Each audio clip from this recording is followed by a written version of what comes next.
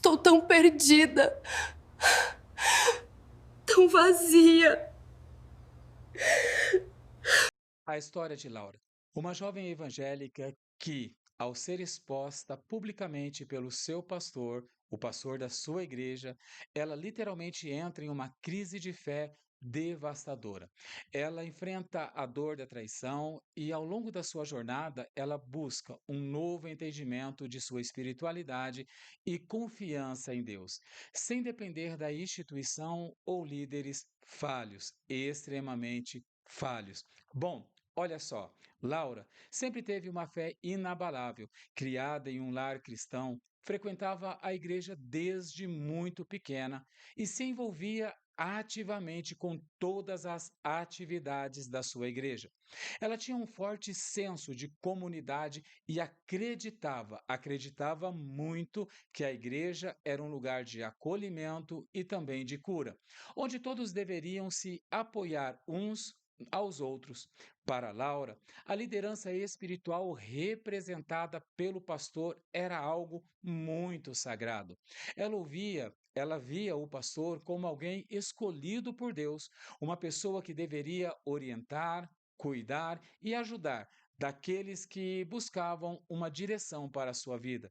Tudo parecia perfeito. Até o momento em que Laura começou a passar por uma dificuldade emocional e também por dificuldades pessoais.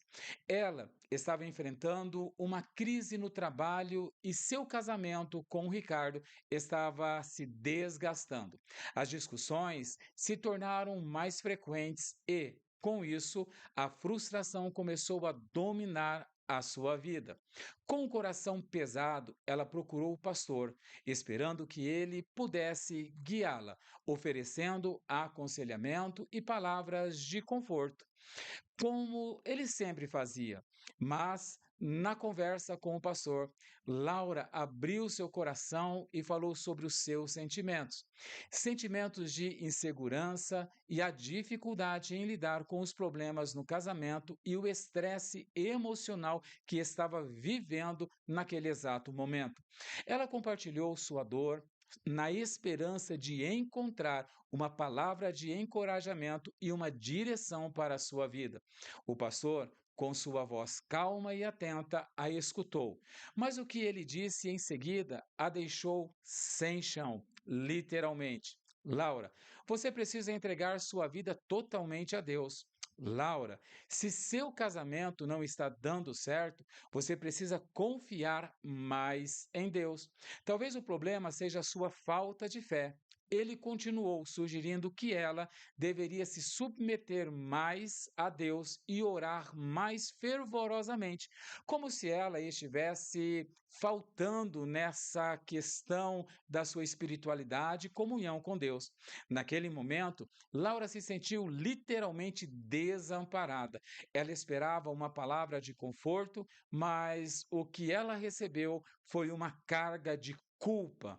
Ela saiu dessa conversa com o pastor com o coração ainda mais pesado, como se estivesse sendo responsabilizada por todos os problemas que estava enfrentando na sua vida. Ela se sentiu só, como se não fosse entendida, como se estivesse lutando sozinha contra a tempestade emocional e financeira que estava assolando a sua vida. Meses depois, a situação se tornou ainda mais insuportável. O casamento com Ricardo estava chegando ao fim e Laura sentia uma dor insuportável.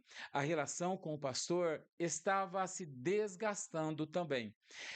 Ela não se sentia mais confortável em procurá-lo para pedir ajuda, pois as respostas dele a deixavam mais confusa e mais preocupada do que já estava. Quando ela estava no fundo do poço emocional, algo inesperado aconteceu. Durante um culto de domingo, o pastor fez um sermão sobre a submissão e a confiança em Deus, algo que parecia relacionado diretamente com o que Laura estava vivendo. No entanto, o que ela não sabia era que o pastor, sem pedir permissão ou respeito pela privacidade de Laura, fez uma menção direta sobre as dificuldades de um membro da igreja que estava passando por uma crise conjugal. Sim, ele disse de forma vaga que alguns membros da igreja estavam deixando que seus problemas os afastassem da fé. E que, em vez de buscar soluções nos homens, deveriam confiar mais em Deus.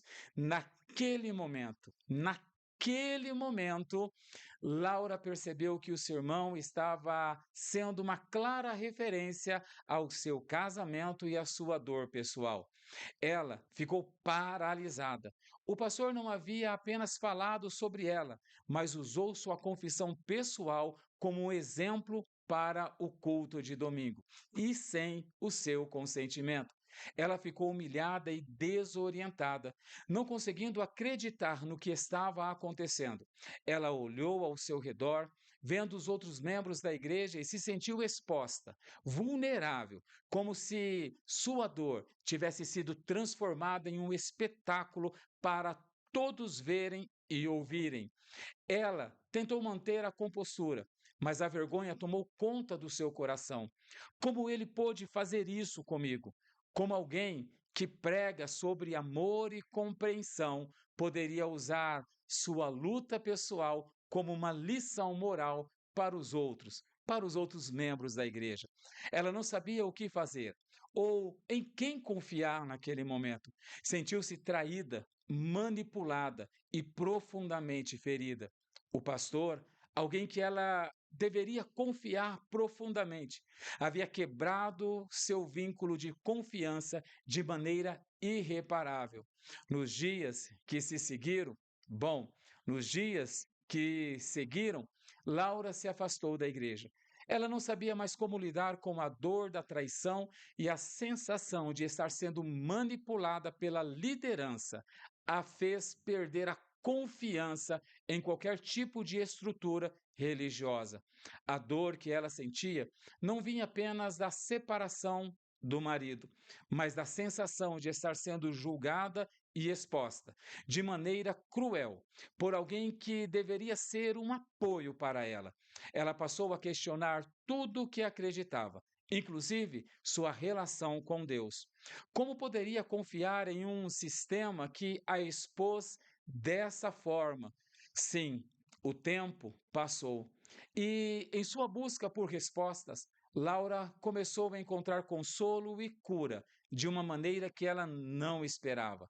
Ela começou a conversar com amigos fora da igreja, pessoas que não estavam ligadas a nenhuma instituição religiosa, mas que sim, mas tinham um profundo amor por Deus e um respeito imensurável por ela. Ela começou a entender que a verdadeira fé não precisava ser mediada por um líder falho e totalmente sem ética. Ela começou a perceber que a relação com Deus poderia ser mais pessoal, sim, mais autêntica, sem as pressões e manipulações de uma liderança religiosa sem ética e sem escrúpulos. Em um momento de reflexão profunda, enquanto estava sozinha em um parque, ela se ajoelhou. Sim, Laura se ajoelhou e começou a orar. Não era uma oração pedindo perdão ou compreensão sobre os erros dos outros. Não, mas uma oração sincera e de redenção e de reconciliação com a sua própria dor. Ela orou para que Deus a ajudasse e a curasse e a libertasse desta vergonha e desse sofrimento que ela estava sentindo. Para ela, para que ela literalmente pudesse começar a reconstruir a sua fé, a sua vida de uma forma mais verdadeira e genuína. Ela sentiu uma paz que nunca havia experimentado antes, como se estivesse, finalmente, em um espaço seguro com Deus. Com o tempo, Laura reconectou-se com a sua espiritualidade, mas agora com um entendimento mais profundo e pessoal de quem Deus realmente era para ela. Ela aprendeu que a verdadeira fé não dependia de líderes humanos, mas de um relacionamento direto e honesto com Deus, sem medo de ser quem ela realmente era. Ela também começou a se envolver com um pequeno grupo de pessoas que compartilhavam uma visão semelhante à dela, onde poderia crescer juntos na fé, mas sem os jogos de poder e de manipulação do seu antigo líder. Embora a dor da traição que o pastor causou nela tinha sido grande, enorme, Laura finalmente encontrou a cura e percebeu que a sua jornada espiritual era única e pessoal e que ninguém poderia roubar isso dela. Ela se reconciliou com Deus e com ela mesma e finalmente sentiu que sua fé estava mais forte do que nunca, não por causa de uma igreja ou de um líder humano, mas por uma conexão direta com Deus verdadeiro. E dessa forma, Laura se reencontrou com o grupo e voltou para a igreja. Bom, essa história aborda a dor profunda de uma jovem mulher, Laura, que foi exposta publicamente por seu pastor, alguém que ela via como um líder espiritual. A história descreve sua jornada de decepção, crise de fé e reconciliação com Deus, sem depender de uma igreja ou de um líder humano. Laura aprende que a verdadeira fé não está nas falhas de figuras humanas, mas em um relacionamento pessoal e autêntico com Deus, que a leva para o caminho da cura e da restauração, e ela reconstrói a sua espiritualidade de forma genuína. A história ressalta o poder de seguir a fé de maneira pessoal e autêntica, mesmo diante de traumas causados por líderes falhos. Laura, hoje, serve em uma igreja, continua com o seu grupo de estudo, está junto novamente com um pastor que agora sim tem ética, ela admira e existe respeito mútuo, e assim, Laura, curada, restaurada, segue a sua jornada de fé. E aí, você se identificou com a história de Laura? Se sim, compartilhe esse vídeo, curta, comente se você já passou algo semelhante. Se existe alguém que você conhece que está passando por algo semelhante à história de Laura, sim, compartilhe com ele e deixe Deus te usar para levar cura e restauração para as ovelhas que estão feridas, não pelo mundo, não pelo inimigo, mas por uma liderança que deveria ser fiel, digna, respeitosa, usar a ética pastoral, respeitando as suas ovelhas e amando a igreja de Cristo. Por isso, lembre-se, fique com Deus, seja feliz, viva bem.